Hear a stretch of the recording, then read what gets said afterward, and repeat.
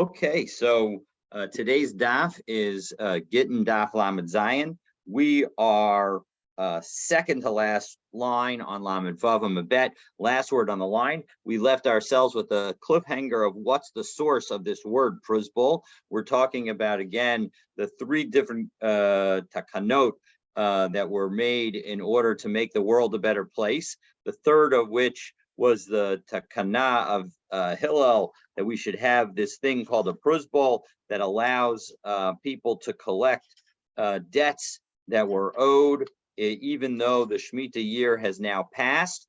And it was because Hillel saw that people were not willing to make a loan if the Shemitah year was approaching.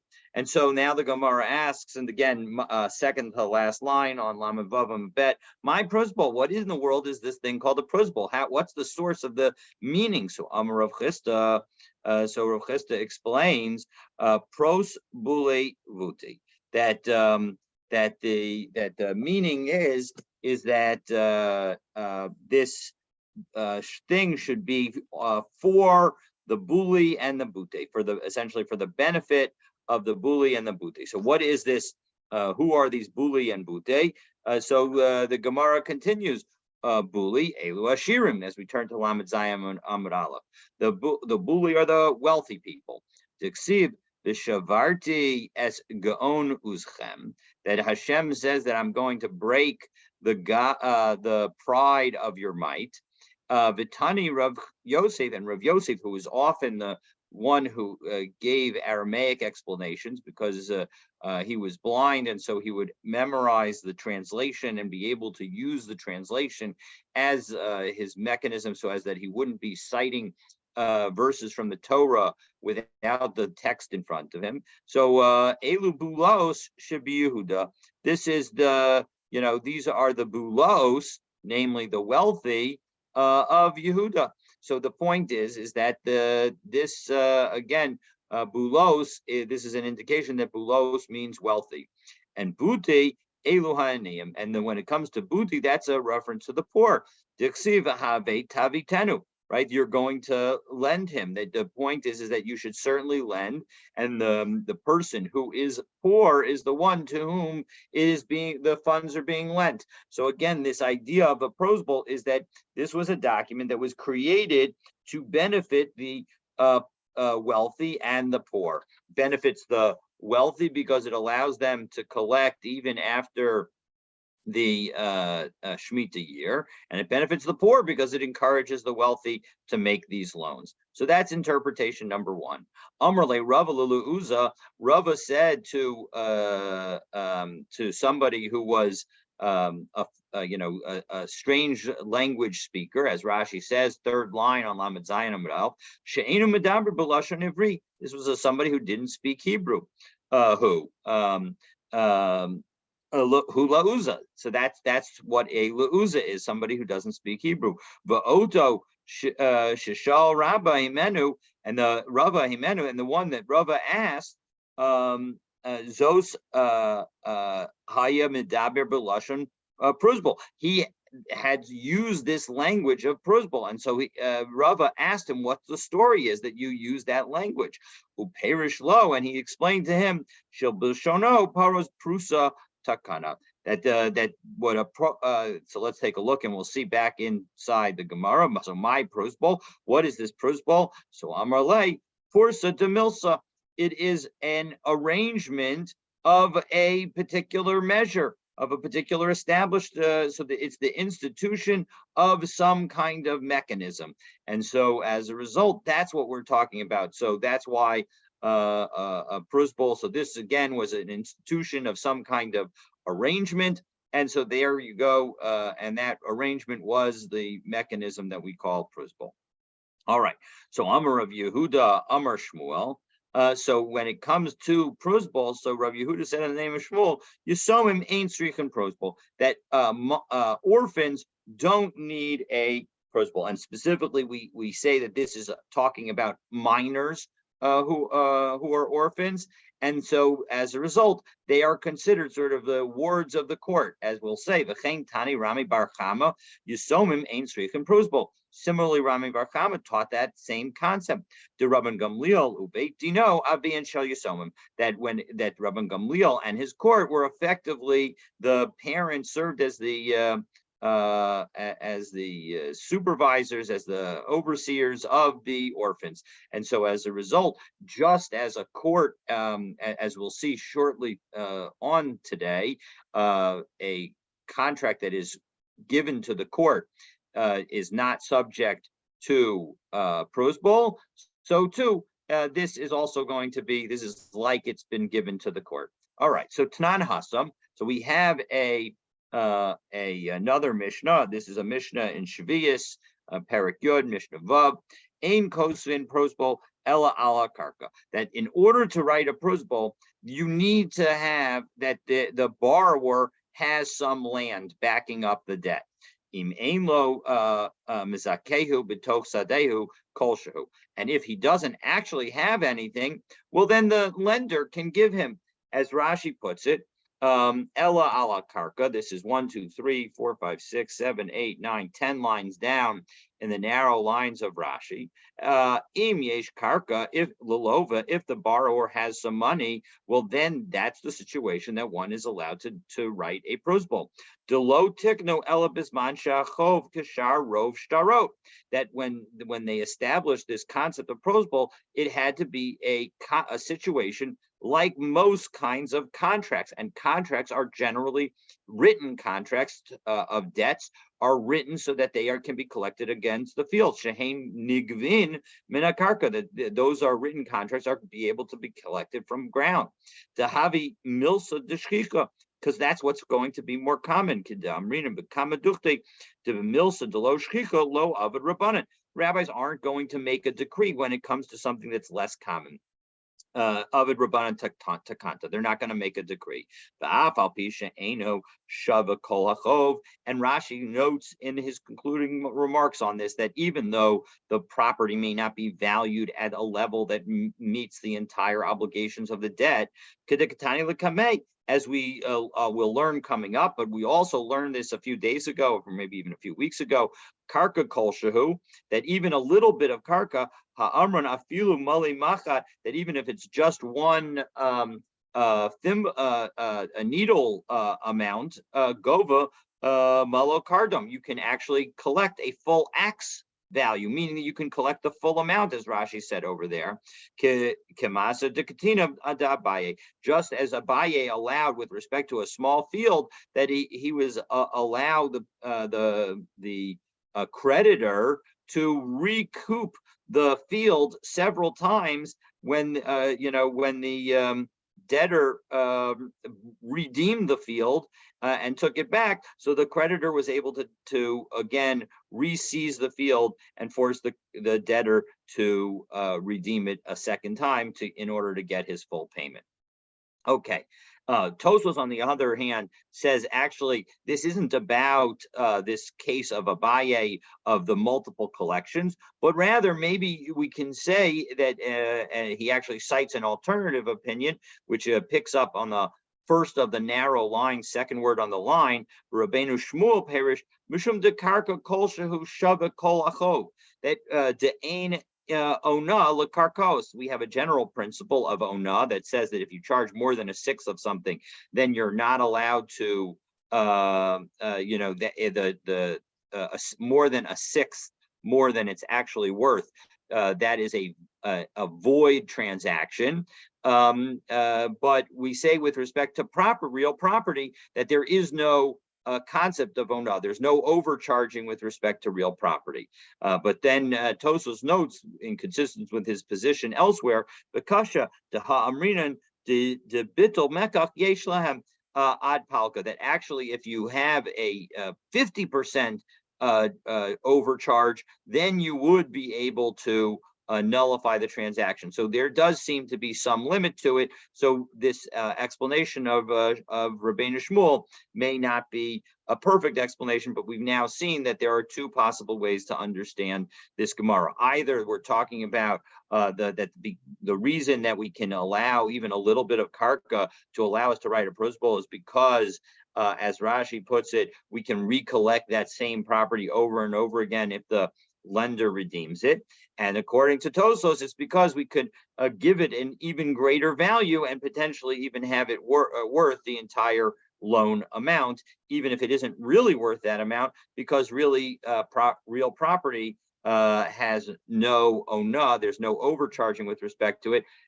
Property is worth whatever people decide it is worth. Okay.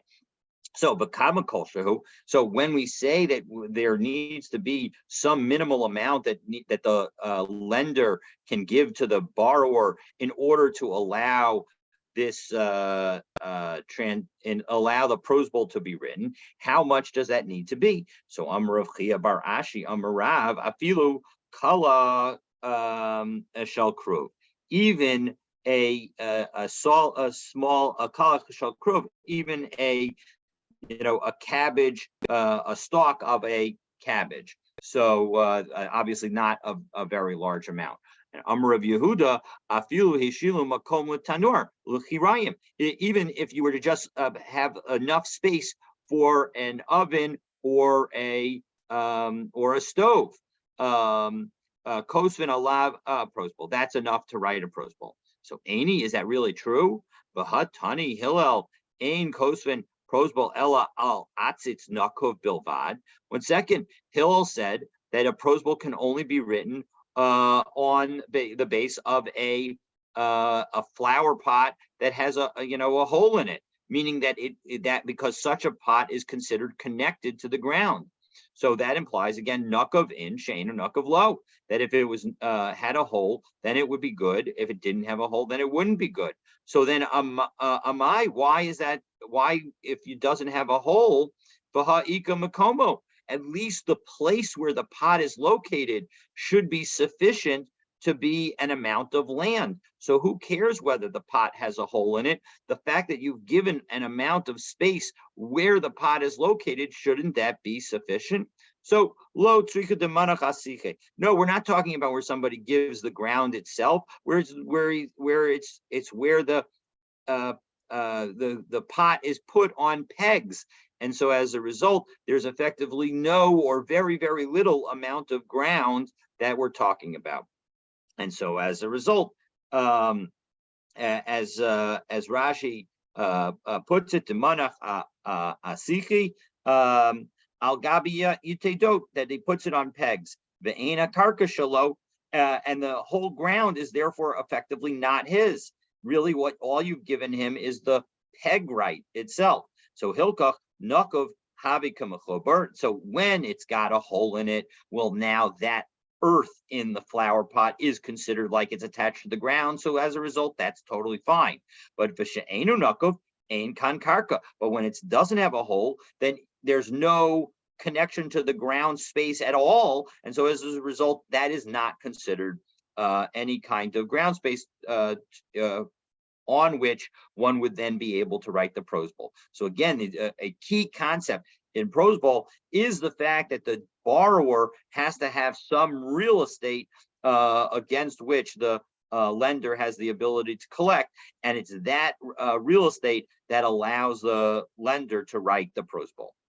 All right, so now Rav Ashi Makne lay Gidma Dedilka. And how would Rav Ashi do this with respect to somebody who owed him money and wanted to write a prosbol? So he would give the ownership of a stump of a date palm, because of a late prosbol, and then he'd write the prosbol on it. Rabbanan debei Rav Ashi Masri Milai Hula Dadi. They actually would not even let's take a look at Rashi. Masri Milahu. This is basically smack in the middle of the Rashi, in the narrow lines of Rashi. Beginning of the line, Masri Milahu. Below Ksiva Prusbol, that basically they would just use their words. They wouldn't actually write the document itself. Elakach amar lechaverim harei atem beis din. They would say to their friends, look, you be my beit din, v'chovai masur lachem, and I am hereby giving you my debts, ligaboto kolzman she'erza, and so that I can collect them anytime I want, and that would be sufficient. And Rabbi Yonatan masar mile Rabbi Chia bar Abba, and Rabbi Yonatan did this with Rabbi Chia bar Abba. And Amrle, and he said to him, "Tzurichna midi achrina, do I need to do anything else?" And Amrle, lo tzurich, you don't need to do anything else. And so that was an indication of sufficiency of this particular approach. And it seems like that actually may be sufficient, as we'll see in a moment, that if you actually lose your document, it's sufficient to just say, I had a document and I had a pros bowl document and I lost it. So let's continue. So Tana Rabbanan, Ein lo karka, v'la orev yesh lo karka. What happens if the borrower doesn't have any land, but the guarantor of the loan has the land? So A lent to B, and B has a guarantor, C, who will pay the debt if B is unable to pay it. Well, then you can kosvin alav pros bowl. That's enough to write the pros bowl. Lo v'la orev ein lahen karka. If both the borrower and the guarantor don't have land, v'lachayib yesh lo karka, but there's a D person, another party who actually owes the borrower money, and that person has land. Kosvan alav pros bowl mid Rabbi Natan. Rabbi Natan suggests, based on Rabbi Natan's principle, you'd still be able to write the pros bowl on it. Why? Because the Tanya, as we have in a brayso, Rabbi Natan Omer, minayin lenoshe b'chaveiro mana, that when somebody has a claim of a mana against somebody else, b'chaveiro, and then that person has a claim against a third party, minayin shemotziin mizev v'nosnin lezeh. How do we know that the original borrower can go all the way to the debtor of his debtor? Meaning that if I lend money to B and B lent money to C, how do you know that I can go straight to C to collect whatever C owes B? Because Talmud Lomar v'natan asher asham lo, that when it comes in Sefer Bamidbar, Parak Hey Pasuk Zayin, it talks about the obligation of a thief who makes an oath that says that he didn't steal something, but in fact he did, and now he's going to need to pay back the amount he stole plus a penalty. So, and it says, the Torah says that he has to pay that to the one asher asham lo. And what is asham? Asham is meaning asham literally here in this case means the one to whom he's guilty for, meaning the one who is the victim. But asham can also mean the owner. And so as a result, from that perspective, or the main amount of the money, the principle of the money. And so as a result, we can understand asher asham lo means whoever the principal is really due to. So as a result, even though the person stole from person B, if person B owed person A the money, so then the stealer would have to, the thief would have to return it to return the funds to person A. And so we see that even if neither the borrower nor the guarantor has property, but the person but somebody owes money to the debtor, and that person has property, then the debtor can, then the creditor for the debtor can also use that property as a basis to write a pros bowl.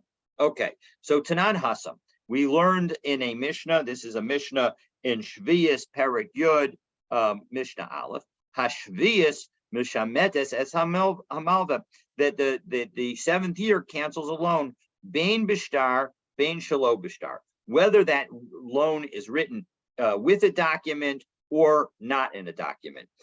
So what does that mean when we say document? So Rav Shmuel da Amr Tarvai, who both Rav and Shmuel understand this as meaning as follows: Bishtar, shtar sheyesh lo bo achrayas nechasin. When we say a shtar, we mean a contract that actually has a lien on real property. And shelo bishtar shein bo achrayas nechasin. And when we say that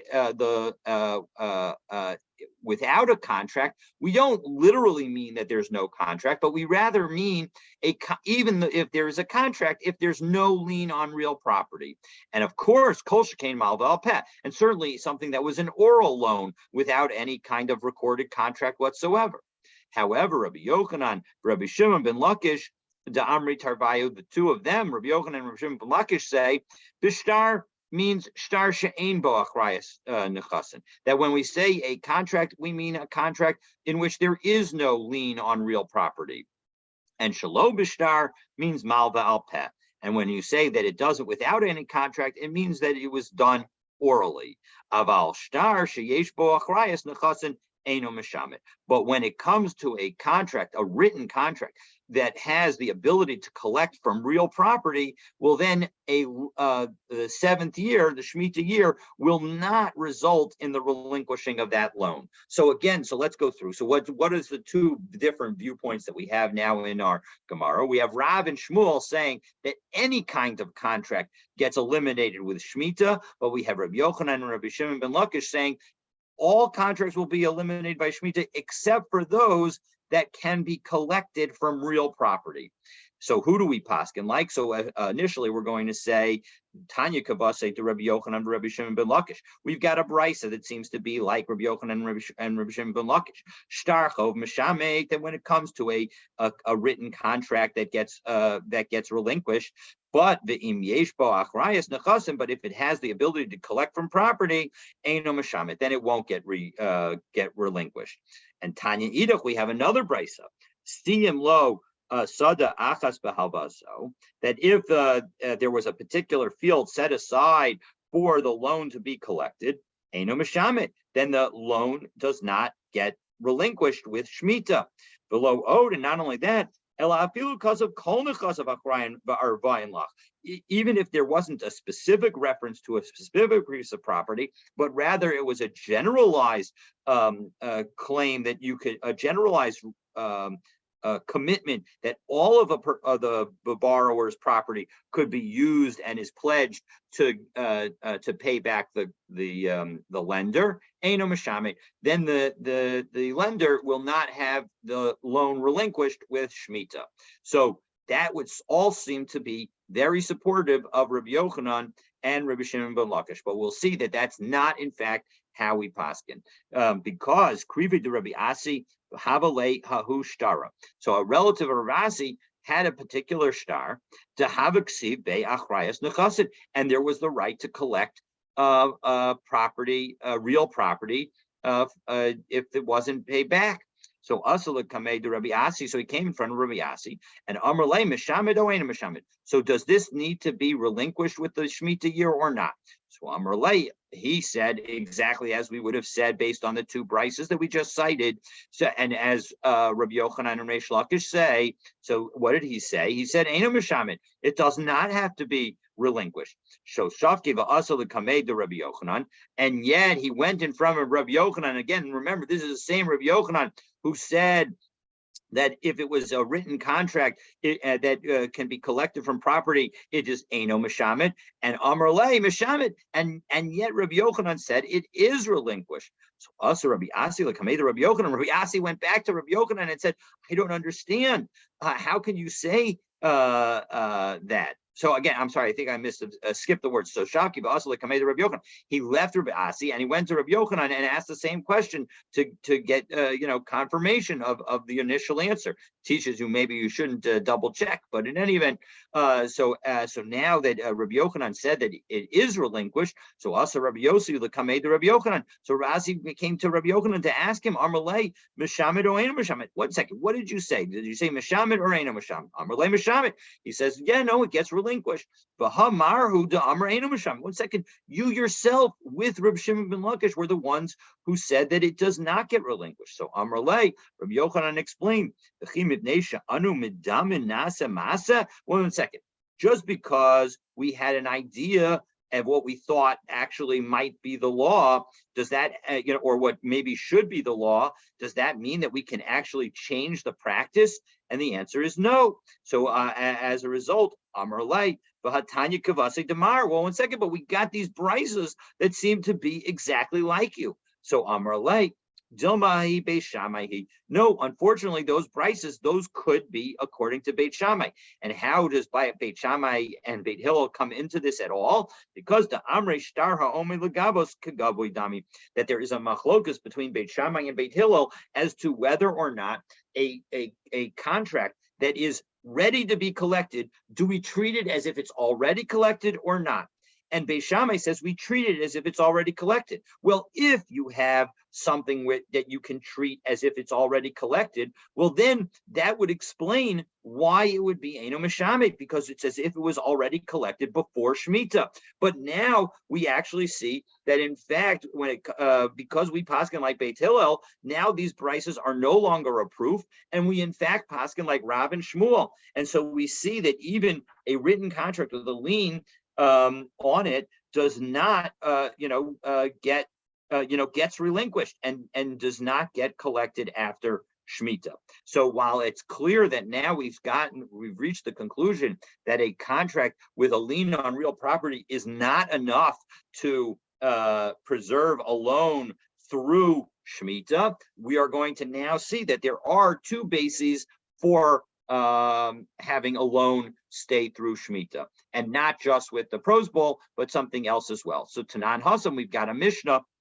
Again, this is a Mishnah in Shvius, and of course, this is all in Shvius because that deals with the laws of the Shemitah year. So, Hamalva Eskaberu Mos Alamashkon, if you lend money to somebody else on collateral, the Hamoser Shtarosav Lebeitin, and then you give the contract to the court so that the court will be the one to enforce it, Ein Meshamtin, then you have not relinquished the debt. And so, as a result, that's the way you can avoid it. So I'm sorry, I read that wrong. So Hamalva Eskaveru Mos Al Hamashkon.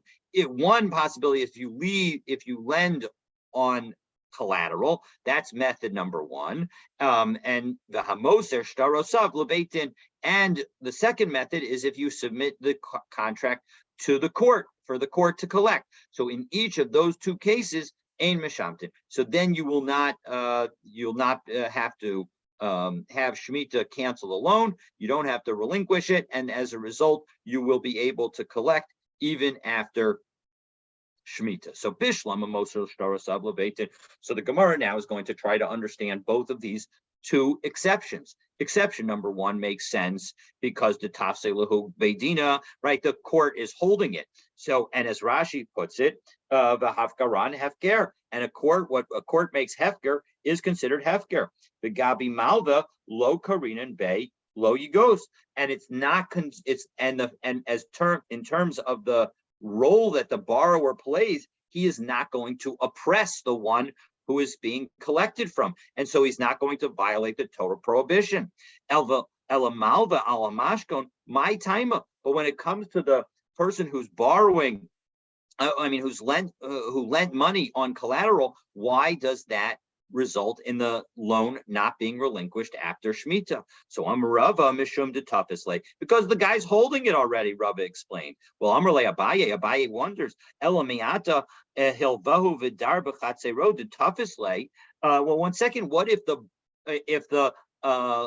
borrower, what if the lender lives in the borrower's courtyard? He's essentially holding, because he's living in the borrower's courtyard, some of the borrower's property. Well, Hakinami de lo Mishame, he should also be not have to relinquish the loan. Well, Amrle, no, that's different. Shiny Mashkon, the Rabbi explains that a pledge is different. Dekani le mid Rabbi Yitzchak, because he actually made a kinyan on it, whereas the although he's living in the property, he hasn't made a formal kinyan on that property, and he doesn't have the ability to, because the giver hasn't given it, the owner of the property hasn't given it the property to him. How do we know that the creditor actually, the lender actually acquires the collateral? Because when it comes to the pasuk that tells us that you need to give the collateral back to a poor person when he needs it, that for you it will be tzedakah, it'll be a nice thing that you're doing. It's an actual act of charity. Well, if in fact it's a charity, im eino kona, if the person didn't actually acquire it, tzedakah minayin, why is it considered a charitable act? Meaning you're not actually giving anything. So mikan lebal chov shekona mashkon. So from here, Rabbi Yitzchak says that shows that you acquired the collateral. So Tanan Hasam. So now we have a Mishnah in connection with this. This is a Mishnah in Shvius Parak Yud Mishnah Chet. What happens if the person wants to return the money b'shvius? Now Rashi points out when we say b'shvius here, it doesn't mean during the 7th year, because the debts are only canceled at the end of the Shemitah year. And so it just means when we were observing Shemitah Deoraisa. So at that point in time, if somebody wants to come back and pay their debt, even though it's been canceled, the lender has to say to the borrower, listen, I've relinquished the debt. And if the borrower says, listen, even though you've relinquished the debt, I want to give you the money, so then the lender is allowed to accept it. These are the words of the Shemitah. Now, literally, that's it means this is the statement of the relinquishment. But we say from this that, as Rashi puts it, 1, 2, 3, 4, 5, 6 lines down in the Rashi, the top of narrow line in Rashi,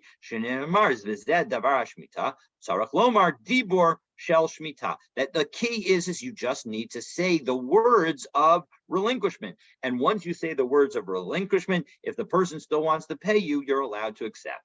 So Amar Rabba, and Rabba goes so far as to say the talile ad Amar Hachi, and you can actually, the lender actually can hang the guy out until he says that he wants to give you the money back, even though you have told him that it is relinquished. And as Rashi says, Amar Hachi, ad Amar Hachi, that until he says that I want to give you this money back as a present, that is, you're allowed to pressure him. The ain kan mishum lo yigos. But and what about the Torah prohibition about lo yigos, that you're not allowed to pressure somebody for the collection of the debt after the Shemitah year? Delo bebeidina katava, because you're not at katavale. You're not actually making this claim in Beis Din, in court. So therefore, v'lav mishum cho, and you're not claiming it because he's owed it. You're claiming it because of basically some moral basis. And so as a result, you're allowed to continue to put pressure, but it is only external to the court system. All right, so Abaye challenged Rabba's rule. Well, 1 second. Kishahu notain lo, al yomar lo, b'chovo ani notain lach. The person should not say, I'm giving you the money to pay the debt. Elish yomar lo shali hein ubamatana ani notain lach. We have the brisa that says that when a debtor pays back, when the borrower pays back the loan after the Shemitah year, he needs to say that he's giving the money as a gift. So Amar Lei, and if that's true, the money is being given as a gift, how can there be any kind of pressure whatsoever? So Amar Lei, Talile nami ad Amar Hachi. No, the point of the pressure, as Rashi indicated, is to pressure the guy to say these exact words, that I'm giving you the money as a gift. So, okay, and now we get a story along these lines. So Abba Bar Marta, to who Abba Bar Manume, this Abba Bar Marta, who's also known as Abba Bar Manume, have a masik pay Rabba Zuzi. He owed Rabba some money. I sinu niale b'shvius, and of course, after Shvius, he came back to give him some money. So Amrle Mishametani. Of course, Rabbah, according to the halacha, said, "I give up the, you don't have to pay me back." Shakil Nova Azal. So the Abba Barmata took his money and he went away. So Abaye Ashkecheu Havad Atzik. And Abaye happened by and found that Rabbah was upset while Rabbah was sad. Amrle Amay Atzik, what Mar? Why are you sad? Amrle Hachi Havamasa. This is what happened to me, and he told him what happened. Azula Gabe. So of course Abaye went to save the day, and he goes to Abba Barmata Amrle, and he says to him, Amtat le zuze lamar. Did you bring money to Mar, to the master, to namely to Rabbah? Amrlein, yes, I did. Amrle umay Amrlach. And what did he say to you? Amrle mishamadani. He said that he relinquished the funds and the debt, and so as a result, I didn't do anything more. Amrle, but Amratle afal pikein. Well, did you tell him that even so you wanted to give him back the money? Amrle lo. No, I didn't say that. Amrle, so Abaye told him, Amrle afal pikein, if you did say that, hava shaklinu minach, he would have taken the money from you. Hashta miyat amtinu nihale. So go and do it and bring him the money now. Ve'emale afal pikein, because really, Abba Barmata really did want to give the money back. He just didn't remember or didn't realize that he needed to say afal pikein. So azal amtinu nihale. So he went. Abba Barmata went back. But Amrlai afal pikein, and he went and told him, even so, I want to give him.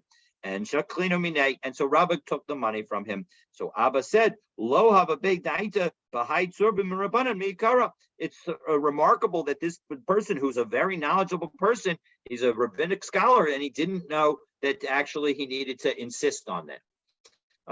And so that's the story in connection with the concept of having to give it back, even if you have. Even if Shemitah has passed. So Amar of Yehuda, Amar of Nachman, Neman Adam Lomar. A person is believed to say, Pruzbol Haya Biyadi Va'avad Mimeni, that I had a Pruzbol, but I lost it. My timer, Kevin the Tuck and Rabbanan Pruzbol, Lo Shavaketera Va'achali Surah. That because the rabbis created this concept of Pruzbol, they're not going to a person is not going to abandon something that's permissible and do something and consume something and eat something that's prohibited.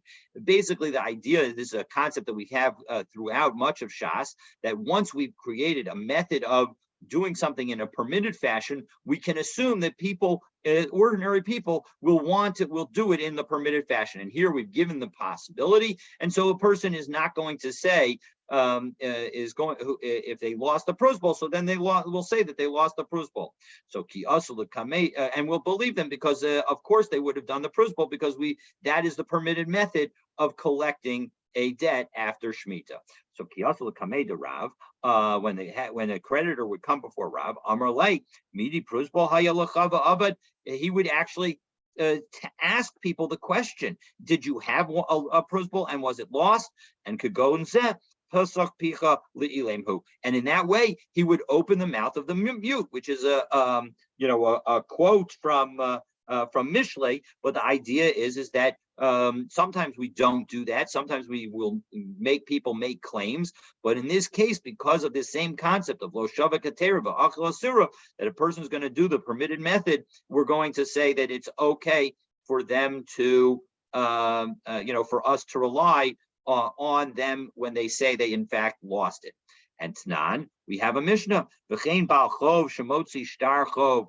And actually now we're going to, in some ways, we're asking a question because this Mishnah is seemingly going to contradict what we just said. That we have a v'chein bal chov shemotzi shtar chov. If you have a creditor that has a note of indebtedness, the animo prosbol, and he doesn't have a prosbol, hare elu lo yiparu. He's not going to be able to collect. And this is a Mishnah from Ksubos, Daf Peitet Amud Aleph, and so the Gemara explains Tanaihi. It's actually a machlokas Tanaim whether or not we believe somebody as to whether or not they lost their prosbol. The Tanya Hamotzi Shtarchov. The Chachamim say you don't actually have to have the prosbol. All you have to do is be able to say that you lost it, and this is in fact how we paskin. As Rashi says just before the Mishnah, Eino tzarach, you don't actually have to have the prosbol. To ne'eman lomar avad, you're believed to say that you lost it. Okay, so that brings us to the next Mishnah, and the Mishnah just deals with a continuing topic of Tikkun HaOlam. Now, our Mishnah, this Mishnah itself, will not reference it, but the background that we present here will be necessary for us when we get to the next Mishnah to talk about, again, this concept of promoting the welfare of the community. So what happens? Eved shenishba ufda'uhu, a slave that was captive and now is being redeemed. Imlashum eved yishtabed. If he imlashum eved yishtabed. If he was redeemed in order to become a slave again, so then he's enslaved. We'll see who does the enslaving in the Gemara. Imlashum ben chorin lo yishtabed. And if he was redeemed in order to become a free person, so then he's no longer enslaved. Rabbi Shimon ben Gamliel Omer. Rabbi Shimon ben Gamliel says, ben kachu ben kach yishtabed. No matter what, he's going to be enslaved. And again, we'll see this in a moment. So, b'mayas kinan, what are we talking about? If we're talking about before the original owner of the slave, gave up hope on ever getting his slave back, l'shum ben chorin amai lo yishtabed. Well, 1 second. If the person had not abandoned hope that he was going to get his slave back, it needs to be returned to the rightful owner. So even if it was bought, even if the person was bought in order to free the person, why should he not be enslaved according to the Tanna Kama? And if you're going to tell me that it's after Yeush, l'shum eved amayish tamid. If in fact it was after Yeush, why should the person be enslaved? After all, the first person gave up hope, and so now this should be a free person. So we're going to have Abaye and Rava each offer their answers, and then we'll discuss who we paskin like and to deal with the questions on each of them, God willing, tomorrow. So Amar Abaye la'olam lufnei yesh. Really, we're talking about before hope was given up on the recouping of the slave, and so l'shum eved yishtabed l'rabo rishon, when the person is redeemed in order to be a slave, so then he goes back to the first master because the first master hasn't given up hope and so needs to be returned to him. But l'shum ben chorin, when a person is redeemed in order to go free, lo yishtabed lo l'rabo rishon v'lo l'rabo sheni. He's not going to go either to the first person or to the person who ransomed him, because l'rabo sheni lo to the second one, ben chorin barke, because he was redeemed in order to be free. And the Rabo Rishon nami lo dilma mimane v'lo parki, because we and we don't send him back to the original owner, because if in fact the redeemer had in mind for him to go free, and we don't let him go free, then maybe the redeemer will choose not to ransom the slave.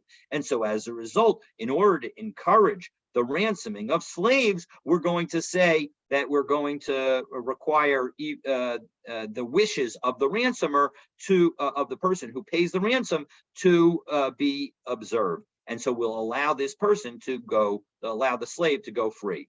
And how about Rabbi Shimon ben Gamliel? Remember, he's the one in our Mishnah who says that no matter what, the person is going to be enslaved. Omer, he says, says that no matter what, you become, the person is enslaved, because kasavar kashem shemitzvah liftos bes ben chorin kach mitzvah liftos es ha'avadim, that we have a mitzvah to redeem free people from captivity, so too we have a mitzvah to redeem slaves from captivity. And as a result, the mitzvah itself is going to be enough of a reason that we don't have to worry about saying that people might not want to ransom a slave if their wishes to make him free are not observed. So that's Abaye's approach. And again, that was based on the concept that it was all before the original owner gave up hope. Rava Amar La'olam La'achar Yesh. Rava says, no, it's really after hope was given up.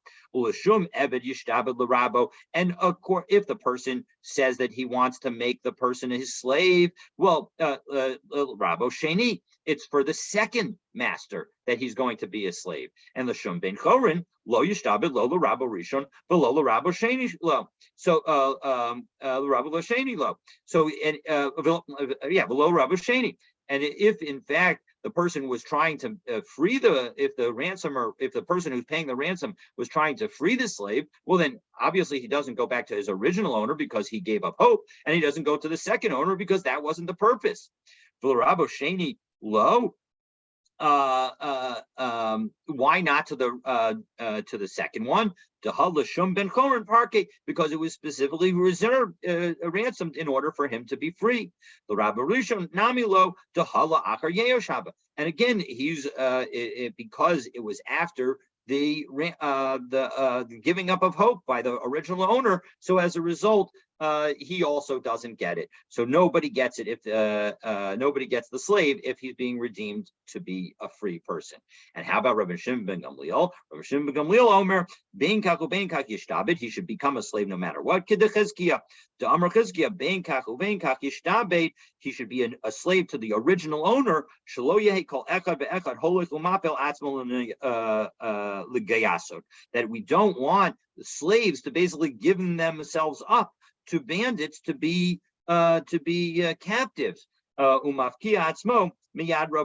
and thereby to result in his being freed from his original owner. And so now we have these two approaches again. So the Rabbi Shimon ben Gamliel in this Rabbah approach says, even though the original owner gave up hope, we are not going to take the slave out of the original owner's hands, because we don't want to encourage slaves to run away and to give themselves up to bandits, to be into captivity. So who's right, Rava or Abaye? Well, we're going to have to stay tuned for tomorrow's daf, as we'll ask questions on each of them. And I wish you a fabulous day. Looking forward to continuing our learning tomorrow.